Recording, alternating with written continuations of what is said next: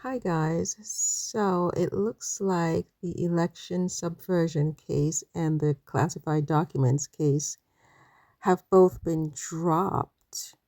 President Trump is now a free man because Jack Smith, the special prosecutor,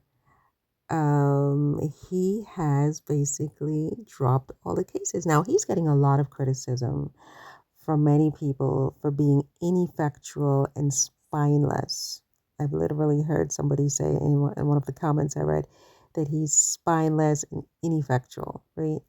And this rests on the argument that he lacked the creativity, the legal sort of ingenuity to push the boundaries of legal precedent and hold former President Trump accountable. Is this, criticism fair, right? I don't know. You tell me. Smith faced undeniable procedural hurdles if he were to continue these cases, right? However, his decision to drop all the charges, one could say, raises legitimate questions about whether another prosecutor in the same set of circumstances might have pursued a more aggressive path and succeeded, right?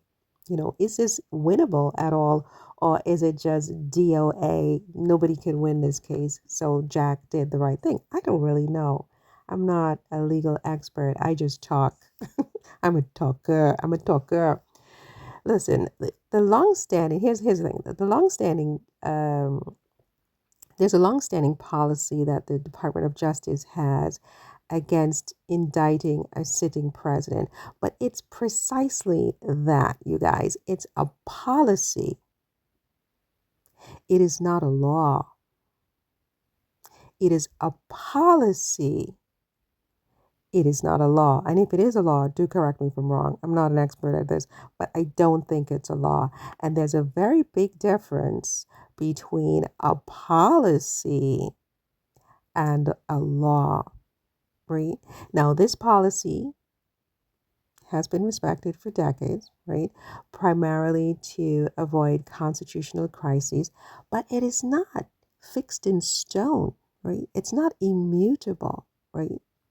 So one could argue that yes, another prosecutor who was more creative, stronger, smarter even than Jack Smith, with no, well, all due respect to Mr. Smith, might have continued and possibly could have won. I don't know. What do you think, you guys? Moreover, Trump is not yet president. He's not president, right? Now, he'll be inaugurated on January 20th. Smith's cases, both the election subversion case and the classified documents charges, were initiated long before Trump's 2024 victory. I mean, how did we get here to almost 2025 and where we are? I mean, was Jack Smith outsmarted by Trump's attorneys who continued to delay things, and he let these things delay till we get to this point? Because he knew that an election was coming, right?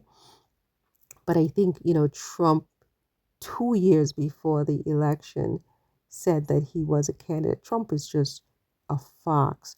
Trump is smarter than all of them. It's amazing what he did here. Um, so you have these cases that were initiated long before his 2024 victory, and these cases concern conduct unrelated to Trump's future presidency. And when we're talking about a sitting president, he's not yet a sitting president, even, right? He's a future president. Right? And all of these cases that Jack was supposedly trying were unrelated to Trump's future presidency, and arguably they fall outside the scope of this quote unquote policy that you know that you don't indict a sitting president. You're not indicting a sitting president. You indicted a former president, right, Mr. Smith?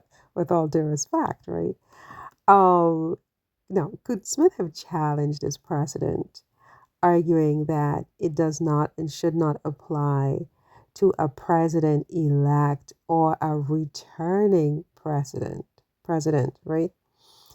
Maybe, perhaps, I don't know, you tell me. Critics suggest that Smith could have petitioned the court to test the boundaries of the policy, especially given Trump's unique and unprecedented circumstances, right? This would have demonstrated at least, a commitment to accountability and sent a strong message that no one is above the law, not even someone on the brink of assuming the presidency, right?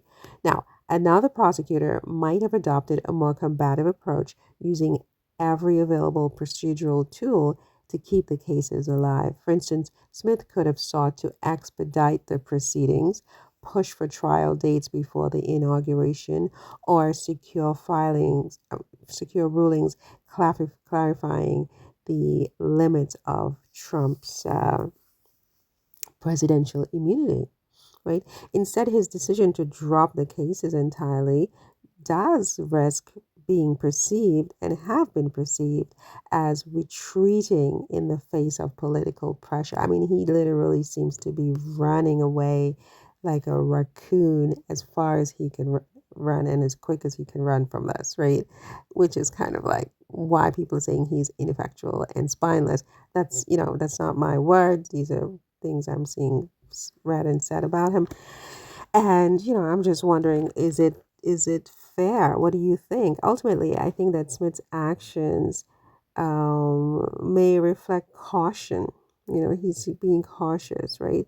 By choosing to avoid a compensation, by choosing to avoid a confrontation, he has left unresolved the fundamental question of whether, you know, powerful individuals like Trump are above the law, and whether powerful individuals can evade accountability simply by winning office, right?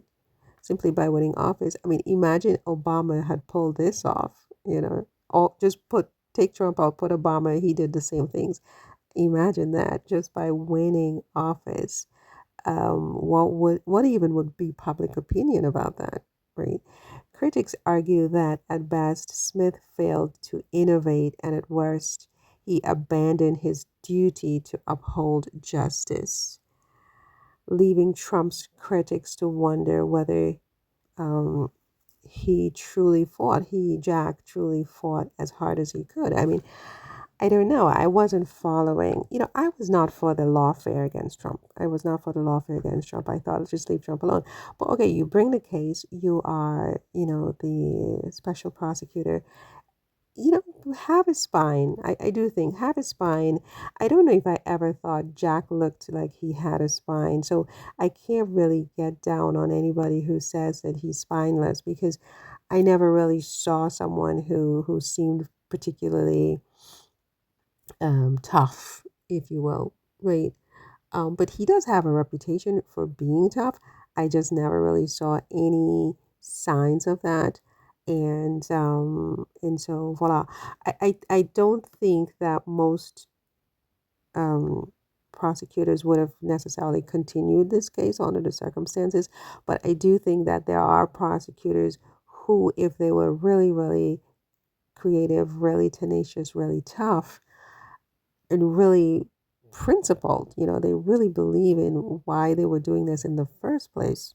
Those types would have, I think, pushed a little bit more on this case because honestly, to be honest, this case had nothing to do with a sitting president, and we all know what happened here. And I think that Trump just outsmarted them. And you can't really be angry with Trump. He was fighting for his life. Checkmate. I win, you lose, go home, you're being replaced. That's it, right? Anyway, you guys, that's all for this one. See you in the next one. Leave me your thoughts about this. It will be interesting, especially from experts on this kind of stuff, because I'm not an expert. I'm just sitting over here, literally in my bed, yapping. All right, so it's 5 o'clock in the morning or 6 o'clock, whatever it is. See you in the next one. Do subscribe, hit the notification bell so that you don't miss any of my videos. I talk about a lot of different things, so there's always something for everybody. Sometimes I even cook, right? Subscribe, subscribe, subscribe. I'm trying to get to 10,000 people, right? So it would be nice. Okay, bye. Have a nice day. Bye, bye, bye, bye, bye, bye, bye.